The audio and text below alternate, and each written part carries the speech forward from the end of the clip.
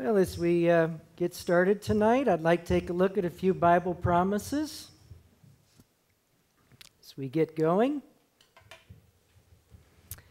As I look at the big mountains that surround our camp, it reminds me of some very precious Bible promises. The psalmist David,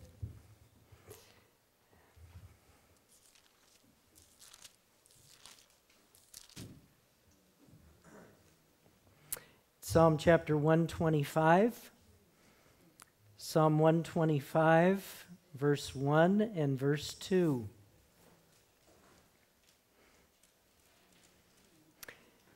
Psalm 125, verse 1 and verse 2. The psalmist declared, "They that trust in the Lord shall be as Mount Zion, which cannot be removed, but abideth forever." So trusting in God will strengthen us to stand as mountains, immovable. Psalm 125 verse 2 says, "As the mountains are round about Jerusalem, so the Lord is round about his people from henceforth and even forever." So as the mountains surround this camp, we can know that the Lord will be round about us as well through our meetings, through our fellowship together.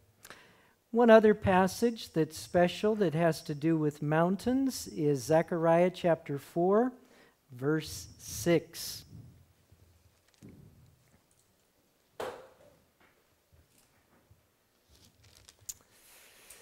Zechariah, of course, was prophesying in the time when the children of Israel came back from Babylonian captivity. And the man who was called to rebuild the city, his name was Zerubbabel. And in Zechariah chapter 4, verse 6 and 7, it says, "Then he answered and spake unto me, saying, This is the word of the Lord unto Zerubbabel, saying, Not by might, nor by power, but by my Spirit, saith the Lord of hosts. Who art thou, O great mountain? Before Zerubbabel thou shalt become a plain, and he shall bring forth the headstone thereof with shoutings, crying, Grace, grace unto it." So if tomorrow morning you get a chance and you walk outside and you look up at those pretty awesome mountains that we see outside, if you have something going on in your life that looms before you as a mountain, take courage, because God says, "I'll turn it into a plain, not by might, nor by power, but by my Spirit, saith the Lord of hosts." Precious, precious promises. You know, at dinner time, some of the ladies were sharing. Thelma was talking about a experience she had with the flooding that recently occurred here in Australia. And she said if it was not for the power of prayer, she would not be here tonight. There she is right there. Bless her heart. And Mary, I don't know if Mary is still here. I think maybe she went on to bed.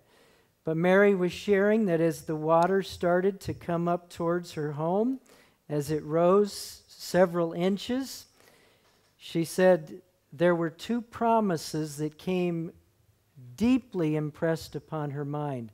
One was Isaiah 43, verse 2, when it said, "When you pass through the waters, I will be with thee, and through the rivers they shall not overflow thee." And she said that verse, Isaiah 43, 2, and 1 Peter 5, 7, where it says, "Casting all your care upon him, because he cares for you." She said those two verses put her, just elevated her above all the trauma and all the stress that was going on outside. So, folk, praise God tonight. Those promises can help us do what we can't do.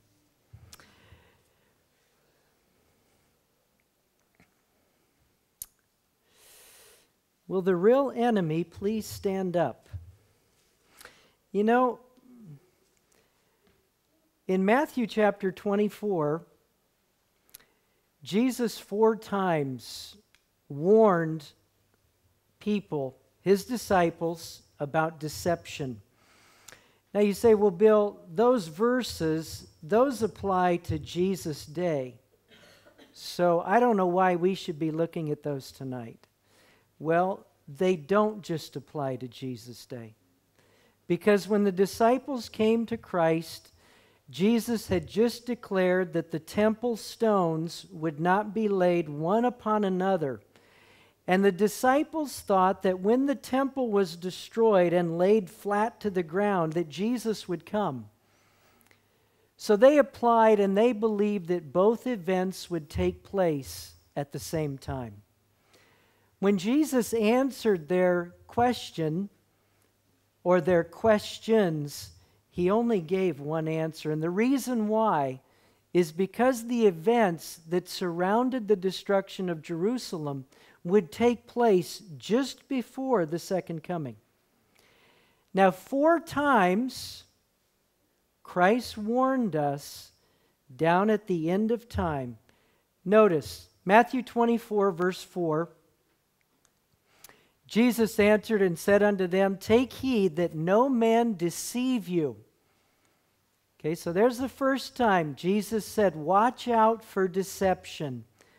Verse 5, for many shall come in my name, saying, I am Christ, and shall deceive many. Verse 11, many false prophets shall rise and shall deceive many. Matthew 24:24, for there shall arise false Christs and false prophets, and shall show great signs and wonders, insomuch that if it were possible, they shall deceive the very elect.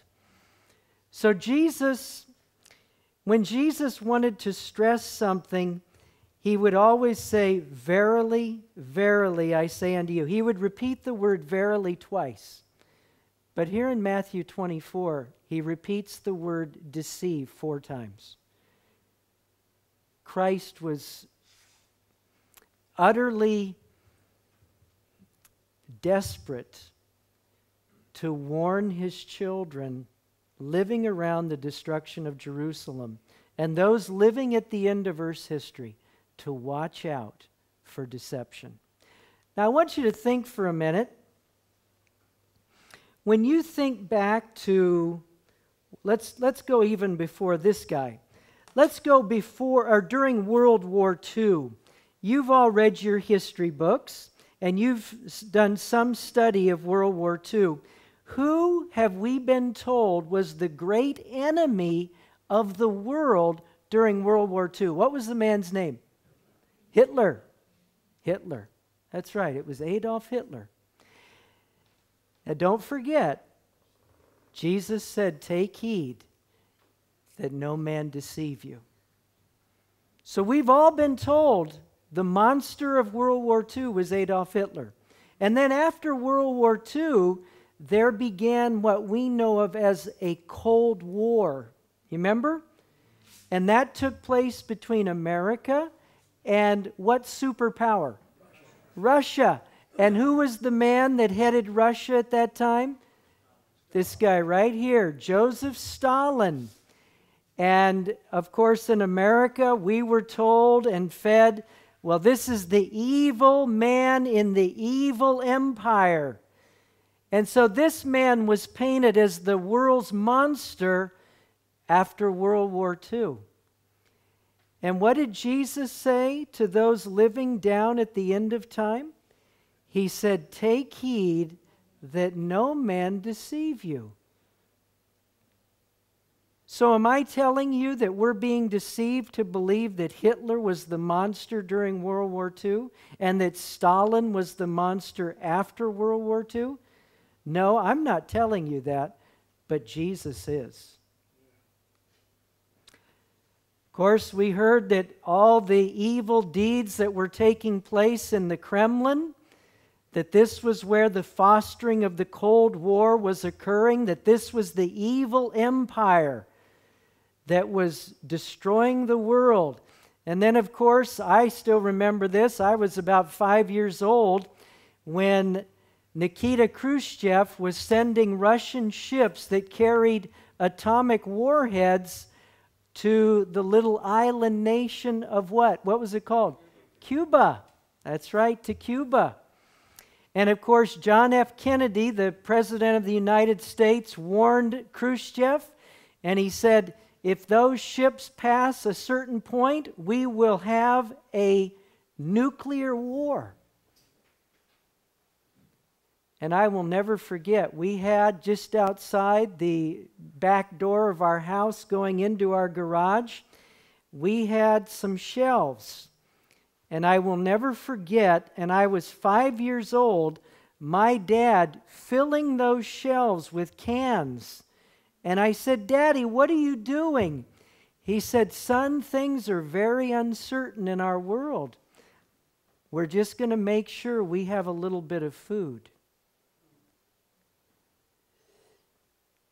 So we were told again, throughout the world, the great evil, now it was Khrushchev and Russia daring to bring the world to a point of nuclear war that could have destroyed our planet.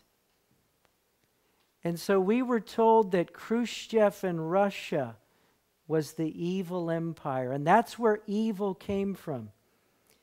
And Jesus said in Matthew 24, take heed that no man deceive you.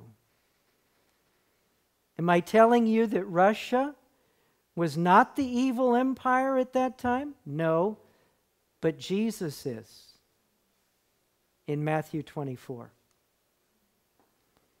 Here is Khrushchev on the left, and of course here is the man that brought us perestroika and glasnost in the 1980s during the time of Ronald Reagan's presidency. And this was Mikhail Gorbachev. And this was the evil empire that Ronald Reagan coined, the Soviet Union. Now it's very fascinating. Of course, when did the Berlin Wall fall? In what year was that? Does anybody remember? What was that, Michelle?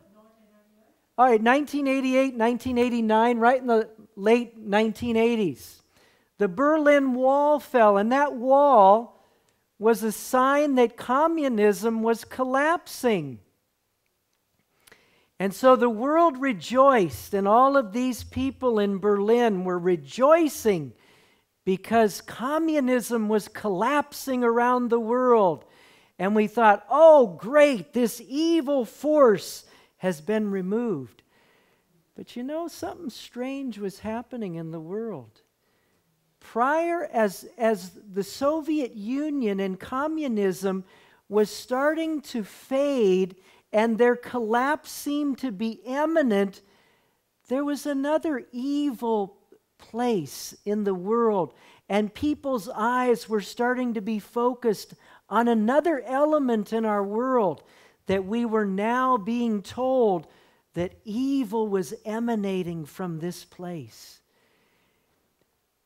Probably some of you remember this event, the late 1970s. I believe it was in 1978, 1979, when American hostages in the U.S. Embassy in Iran were taken captive by the Ayatollah Khomeini, and now the world is starting to go through a transition. For so long, after World War II, it was Russia, the Soviet Union, the Soviets, the evil empire. And folk, that was being drilled. It was being drilled into the minds of people all over the world. But as we come into the 1970s and into the 1980s and 90s, it's starting to take a shift. And now we're being told we've got to focus on some other evil entity in the world that is rising up here at the end of time that could very well be the Antichrist. Now don't chuckle, because there's even, Seventh-day Adventist pastors and Samuel Bacchiocchi men who taught at Andrews University that taught that Islam was a part of the Antichrist. So we're seeing a shift. And then in the 1980s, there was war that took place. And of course, this man's in the news today, isn't he? The man from Libya, Muammar al-Gaddafi. And so America tees off against Gaddafi. I believe it was right around 1985 when America and Ronald Reagan went to war for a short time with Libya and Gaddafi. So the world's mind now is being shifted. The Soviet Union is starting to come down. In 1988-89, we see the collapse of the Berlin Wall. But while the Soviets are kind of going to the background, somebody else is coming to the front. And it's Islam and terrorism. And the words of Jesus tumble down 20 centuries. Take heed that no man deceive you. Watch out, because deception will run rampant at the end of time, where you will be led to believe that all the evil is emanating from one place, when in actuality, it's coming from somewhere else. And then, of course, into the 1990s and into the years after September 11, 2001, the papers, the news media, the television, the magazines were all repeating the stories about this evil man in Iraq, the bully of Baghdad that would kill people and would stockpile weapons and was building nuclear warheads to destroy Israel and maybe even the world. And of course, his name was Saddam Hussein.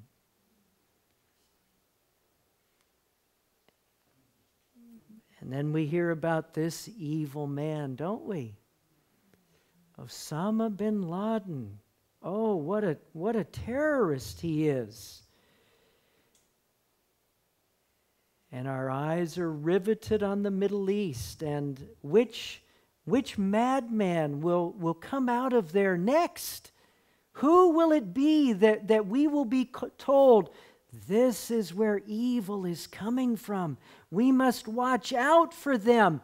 It's almost as if somebody is trying desperately to get the world to believe, here's where evil's coming from. Watch out. It's almost hypnotic as we are constantly bombarded in the press with how evil the Muslims and Islam is and how terroristic they are. And the words of Jesus ring down 20 centuries. Take heed that no man deceive you. So am I saying that Islam is a smokescreen, that Russia and the Soviet Union and Khrushchev and Stalin and Hitler and Germany, that those were all smokescreens? No, I'm not telling you that. But Jesus Christ is. When he said, take heed that no man deceive you. And so then we come to an event, catastrophic. At least 3,000 American lives were lost. People were jumping from these twin towers in New York City, September 11, 2001. And, well, my, who was to blame for it? Who caused it? We've all been told who it was. And we've been told, now Baden, we haven't been told that.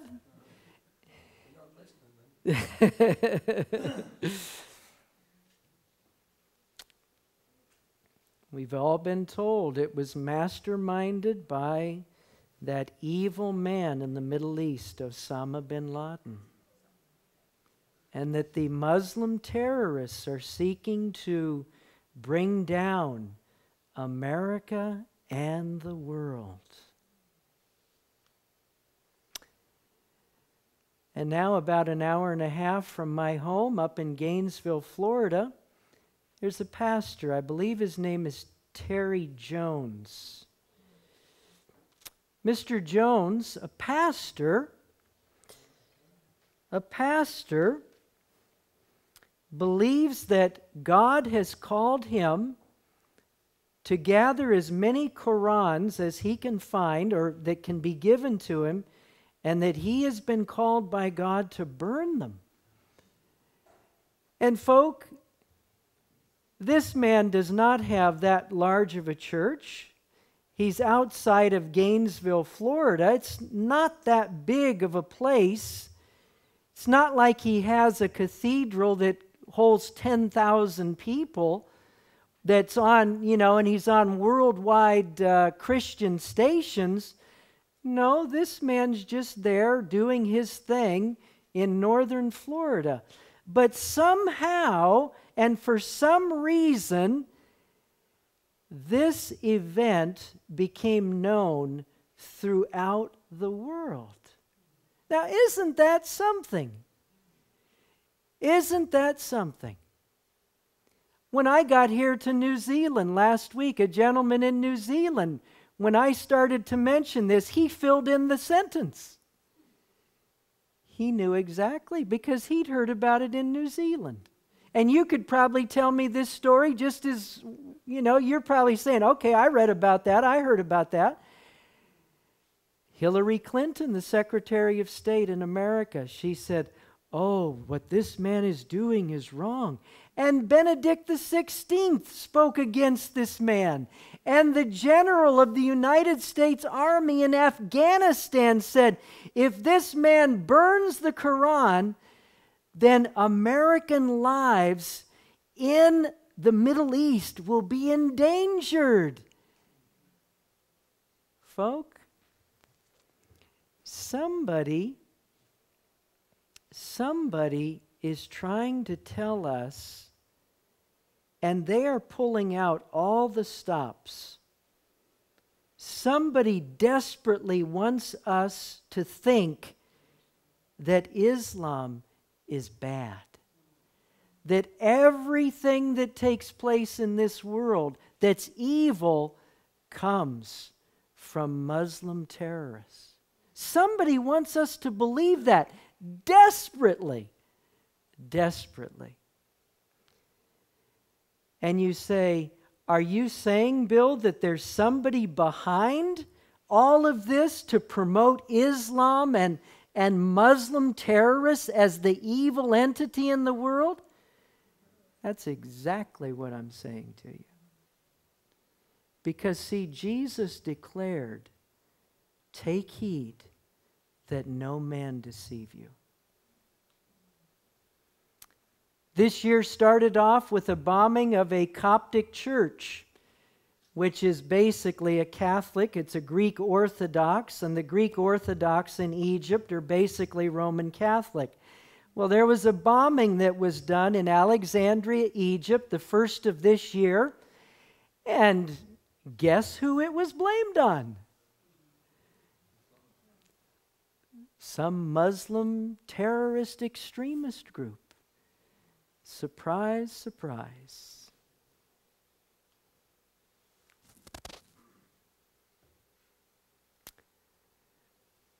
And even amongst us as a people,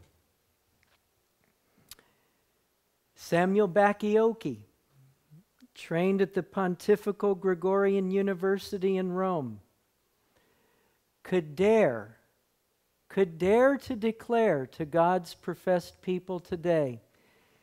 He says, in the light of this symbolic interpretation of the 3.5 years as the time of the domination and persecution of the Antichrist, during which God's people will be protected, this identifying mark of the little horn. Now, where do we read about the little horn power? Daniel 7. Daniel 7. And of course, the little horn in Daniel 7 rises up after the fall of the fourth beast, which was pagan Rome in 476 AD. And according to this man, he says this identifying mark of the little horn applies equally well to the papacy and who? Islam. Now, then he goes down, I won't read all this, but he says, the preceding analysis of the identifying marks of the prophetic Antichrist, represented in Daniel 7 by the imagery of the little horn, and in Revelation 13 by the symbol of a beast, has shown that both the papacy and Islam fulfill the qualifying marks of this prophetic power. So, according to this man, claiming to be a Seventh-day Adventist, he says, the little horn of Daniel 7 and the first beast of Revelation 13 is not only the papacy or the Antichrist, but it's also Islam. That's a very typical Jesuit trait. When you want to change the beliefs of a group of people, you take what they have always believed and you mix it with a new idea. And then over time, folk, the original idea disappears and the new idea stays.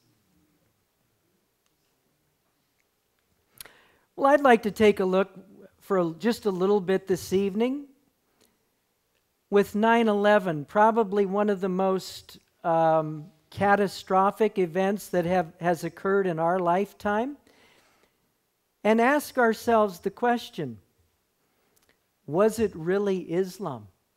No. Jesus, again, Jesus said in Matthew 24, take heed that no man deceive you. So let's find out. Here are a few questions.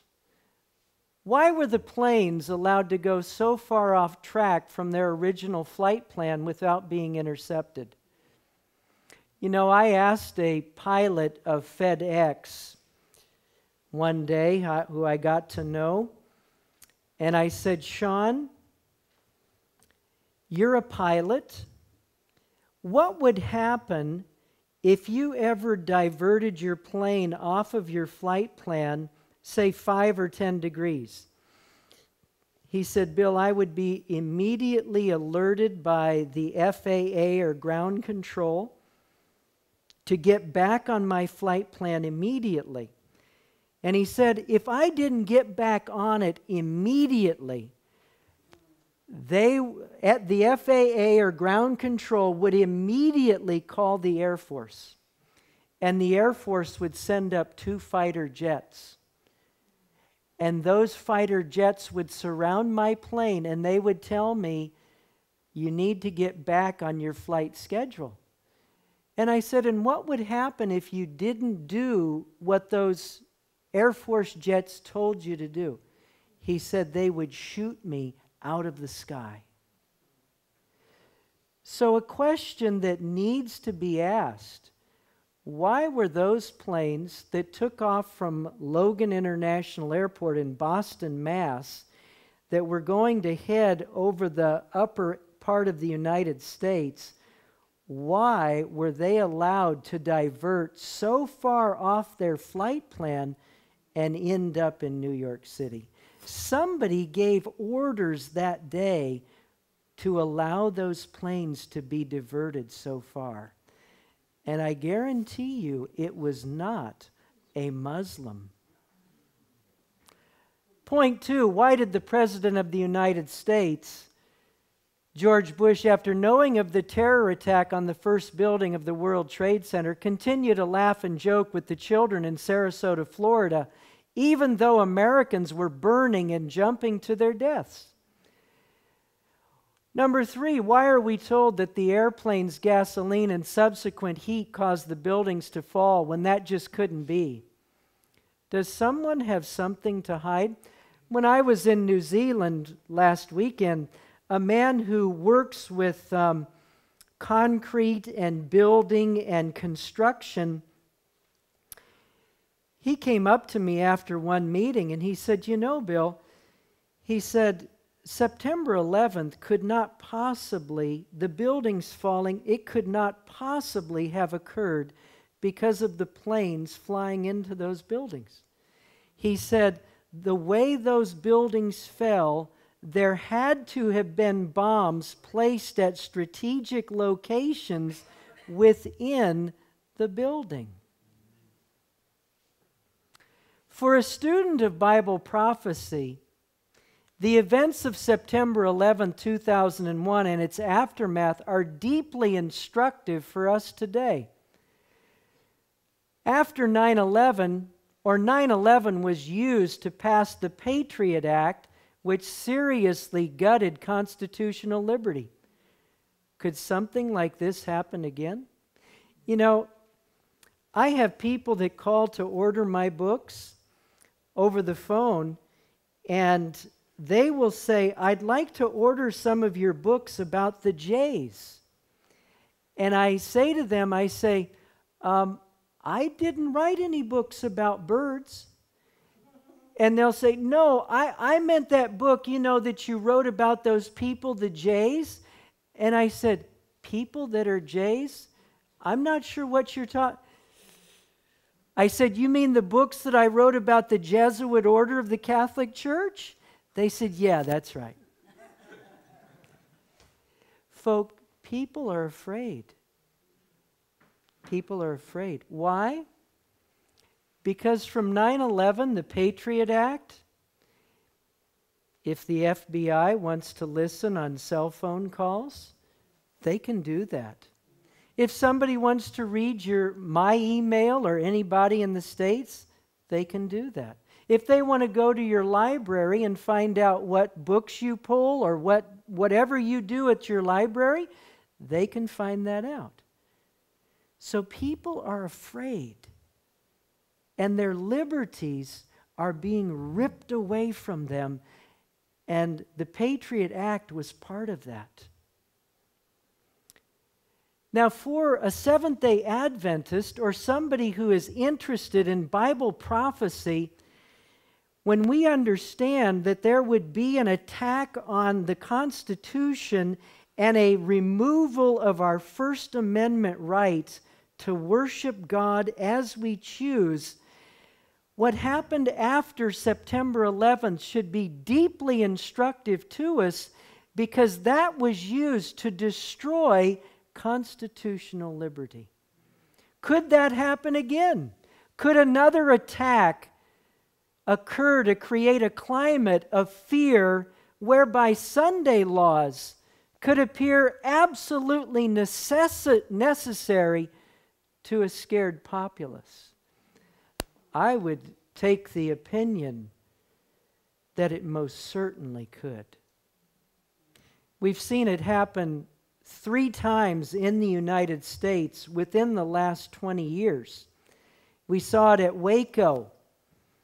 After the Waco incident, there was a great drive by a senator from Rhode Island to destroy gun laws in America, which is a serious attack on the Constitution.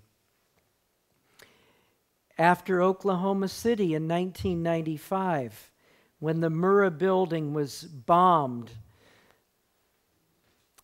some anti-terrorism laws were passed by Jesuit-trained President Bill Clinton that seriously gutted constitutional liberty in America.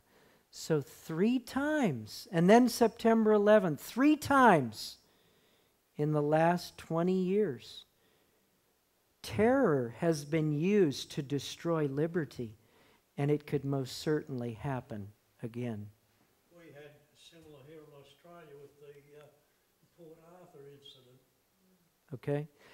Ian, it's interesting. I'm not familiar with those details, but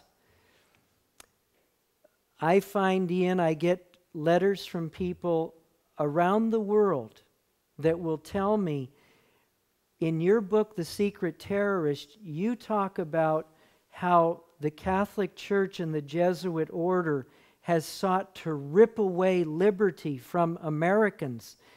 And they say, we have found that the principles laid down in your books, they've happened in our country too. And you're saying it's happened in Australia. I've had letters from people in Zimbabwe. I've had letters from people in Costa Rica. I've had people in Korea who have all said the same thing. Now, from a fantastic book called The New Pearl Harbor by David Ray Griffin. David Ray Griffin says, in light of standard procedures for dealing with hijacked airplanes, not one of these planes should have reached its target, let alone all three of them. Skeptics about the official account believe that the attempt to crash an airliner into the World Trade Center could not have been successful under normal circumstances. The basic problem is that there are standard procedures for situations such as this, and that if that had been followed, Flight 11 would have been intercepted by fighter jets within 10 minutes of any sign that it may have been hijacked. Had the plane then failed to obey the standard signal to follow the fighter jets to an airport to land, it would have been shot down. This would have occurred by 8:24 or 8:30 at the latest. So the question of whether to shoot down a commercial airliner over the heart of New York City would not have arisen.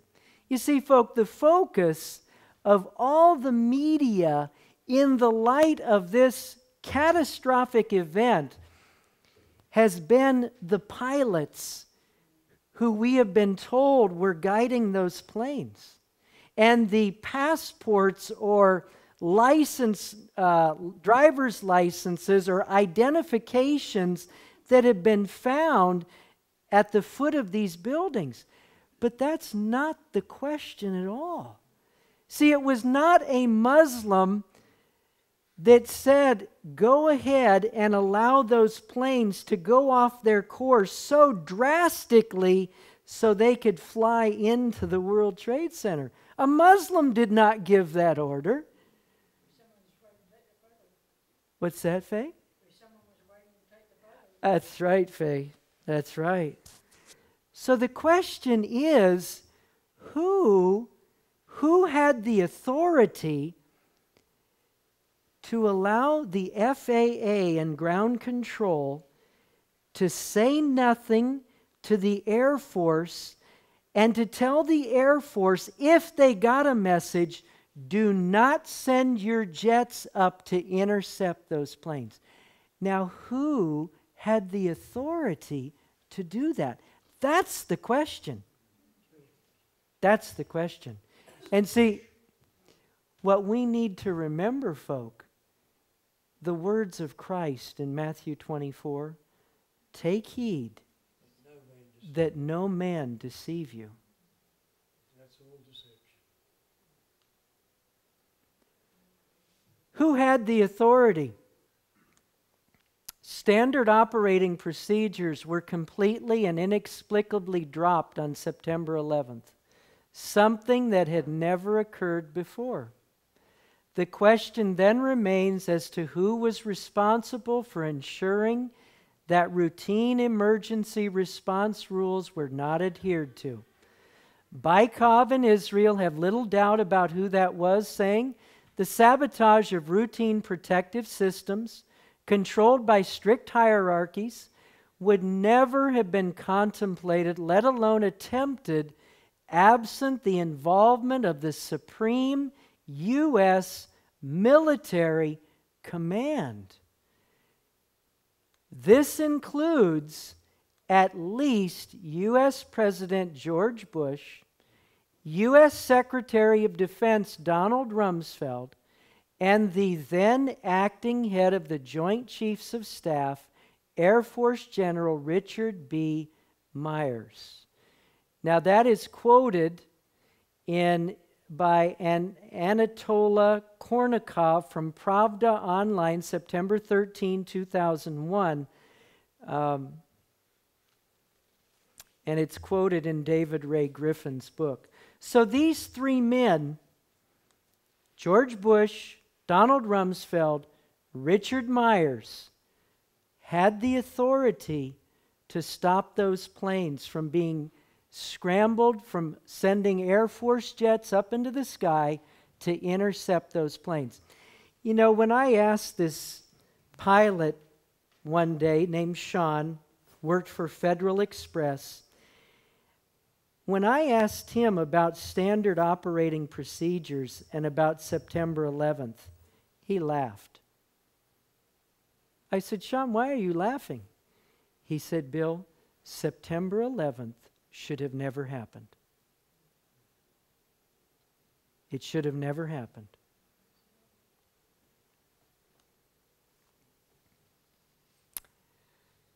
Kristen Breitsweiser, whose husband died in the World Trade Center, said on Phil Donahue's television show, he's a popular talk show person in America.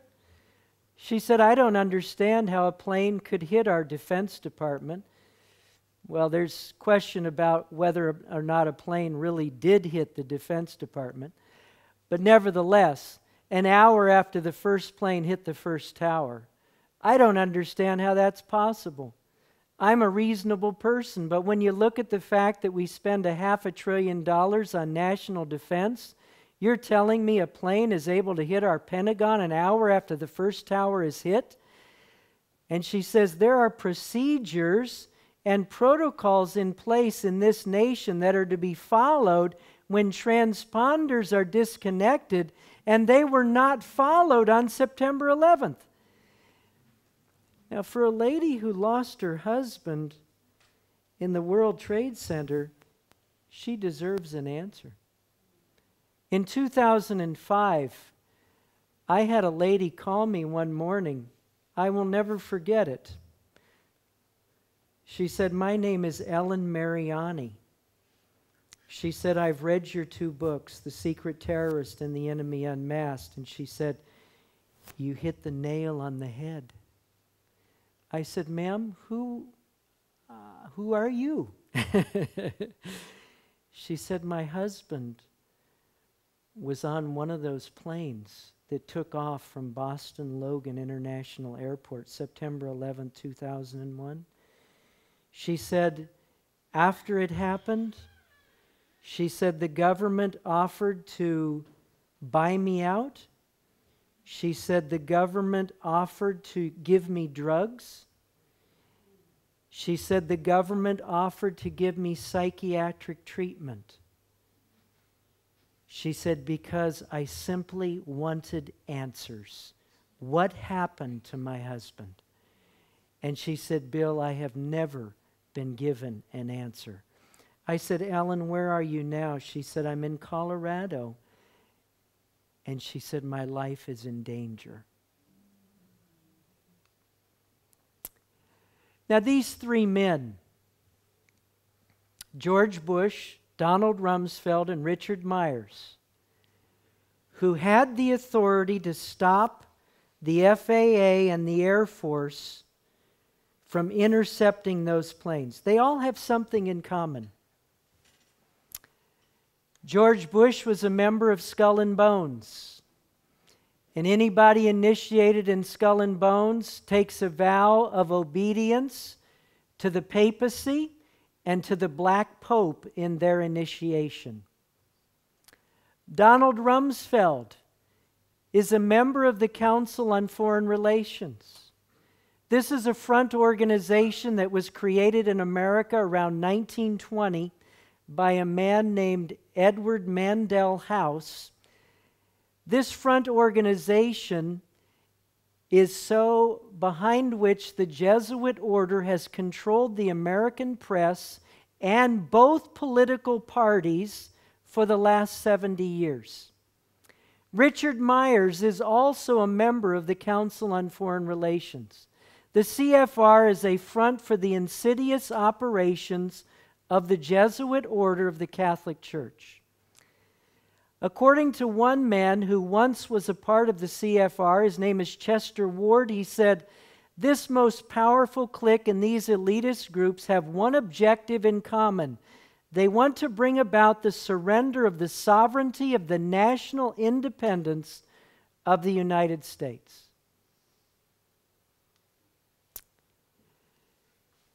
George Bush, Donald Rumsfeld, and Richard Myers all have something in common. They worked for secret societies that are front organizations for the whore of Rome. They all worked for the Vatican. That they have in common. The Black Pope, ma'am, is the head of the Jesuit order. He is the supreme military commander of the Jesuits. Yes, ma'am. These three men, George Bush, Donald Rumsfeld, and Richard Myers, were the only ones who could have given the order to let the planes do their deeds of destruction. These men were American leaders working for the Vatican and perpetrating the murders of thousands of American citizens who trusted them. Are we awake? You know, I've had people on the internet who have denounced me and my books because they say, Hughes is just an absolute fool because he thinks that leaders in our world are under Rome's control. Well, you know, I always tell people opinions are like noses. Everybody's got one. Well, you know, folks, when it comes to opinions, the final authority is the yardstick of Scripture. And the Bible makes it crystal clear who's working with the kings of the earth today. Revelation 17, 1 and 2 and 18 says, Come hither, I will show unto thee the judgment of the great whore that sitteth upon many waters. And this great whore, Revelation 17, 5 says, is Babylon the Great, the mother of harlots, which is in absolute rebellion against the authority of God. And verse 2 says, With whom the kings of the earth have committed fornication, and the inhabitants of the earth have been made drunk with the wine of her fornication. So Revelation 17:2 says that the kings of the earth are in unlawful connection with Babylon the Great. Now, all the reformers were clear on who Babylon the Great was, and who is Babylon the Great? The papacy. The papacy. And the Bible says that the kings of the earth have committed fornication with her. And who are the kings of the earth? The leaders, the presidents, the dictators, the kings, the emperors.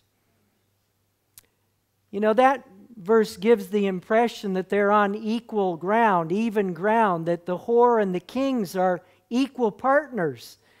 But Revelation 17:18 makes it a little bit clearer. The Bible says, The woman which thou sawest is that great city which reigneth over the kings of the earth. When you reign over somebody, does that mean you're equal to them? No. You dominate them. You tell them exactly what to do. It's like if I were riding on a horse and I've got the reins. The horse is my slave. The horse does what I tell him to do. Just as the rulers of this world do what the papacy tells them to do. Revelation 18:24 says, And in her, the papacy, was found the blood of prophets and of saints and of all that were slain upon the earth. You know, 3,000 people died in this massacre on September 11, 2001. The Bible says that Babylon the Great is responsible for the blood that's shed upon this earth. I think that would fit very clearly into the context of Revelation 18:24.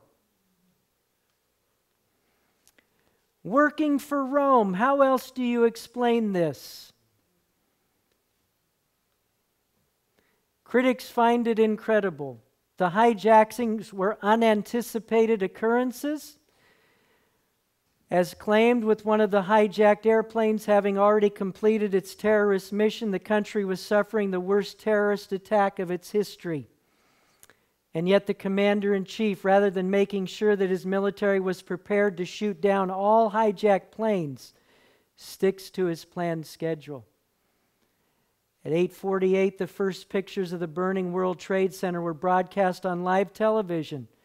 By that time, the FAA, the North American Aerospace Defense Command, the Military Command Center, the Pentagon, the White House, Secret Service, and Canada's Strategic Command all knew that 3 commercial airplanes had been hijacked.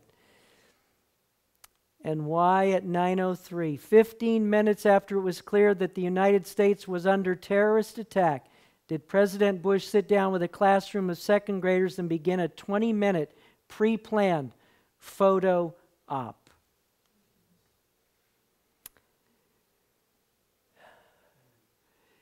I don't know how many of you play the stock market, how many of you invest your money in that, but they have something in the stock market. It's called put options. Usually when you invest in a stock, you do it with the idea that if you invest in it, as the stock goes up, you make money. But there's also a stock called a put option, and that is where you can invest in a company with the idea that it's going to go down. And if the company's stock goes down, your stock goes up. That's called a put option. Well, just before September 11th, there was an extremely high volume of put options that were purchased for the stock of Morgan Stanley Dean Witter, which had 22 stories of the World Trade Center, and there was a tremendous amount for United and American Airlines, the 2 airlines used in the attacks. Now, the reason that we know that is because there were intelligence agencies that monitor the stock market, and they watch for clues of impending catastrophe. And they noticed an extremely high volume of put options purchased on these businesses.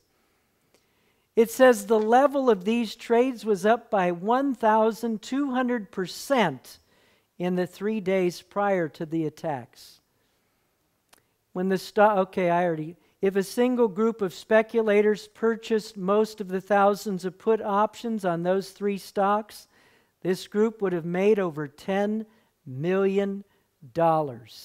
This unusual set of purchases raises suspicions that investors had advanced knowledge of the strikes. That's from David Ray Griffin's book, The New Pearl Harbor, page 71 and 72. Again, for somebody as a Seventh-day Adventist to look at Bible prophecy, or anybody interested in Bible prophecy, after the World Trade Center assault, the new Patriot Act passed. The bill is amazing. It was passed just 6 weeks after the trade centers went down. Usually it takes a bill months to pass through Congress, but they'd already had the bill written before the tragedy occurred. The bill enhances the ability of federal agents to tap phones, share intelligence information, track internet usage, emails, cell phones, and protect U.S. borders. A lot of people were concerned in America. I picked up a newspaper November 26, 2001 in Loma Linda, California. Had a picture of 2 children decorating a Christmas tree. One was up at the top singing, "He sees you when you're sleeping, He knows when you're awake." The child at the bottom, the caption was, "Stop talking about Attorney General Ashcroft like that." Our liberties, folk, in America are being destroyed. Destroyed. And the Patriot Act has had a tremendous influence in doing that. Bible said, take heed that no man deceive you. Revelation 13:12 says that America, the lamb-like beast, would exercise all the power of the papacy before him, and would cause the earth and them which dwell therein to honor the tradition of Rome, whose deadly wound was healed, to worship the first beast. Down at the end of time, a world power would compel the world to honor the Sunday tradition of Rome. How they would do it remained for the people at the end of time to decipher. God has given us warning after warning. Are we listening?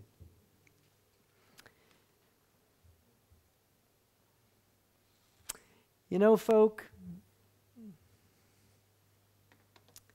the papacy today and the Jesuit order that control the media of the world, the television, the newspapers, the magazines, control the wealthy of the world. Revelation 18:11-15 tells us, controls the churches of the world. Revelation 17:5. The papacy is desperate today to deceive the world into believing that the great antichrist power in the world today is Islam. And the words of Jesus tumble down 20 centuries. Take heed that no man deceive you.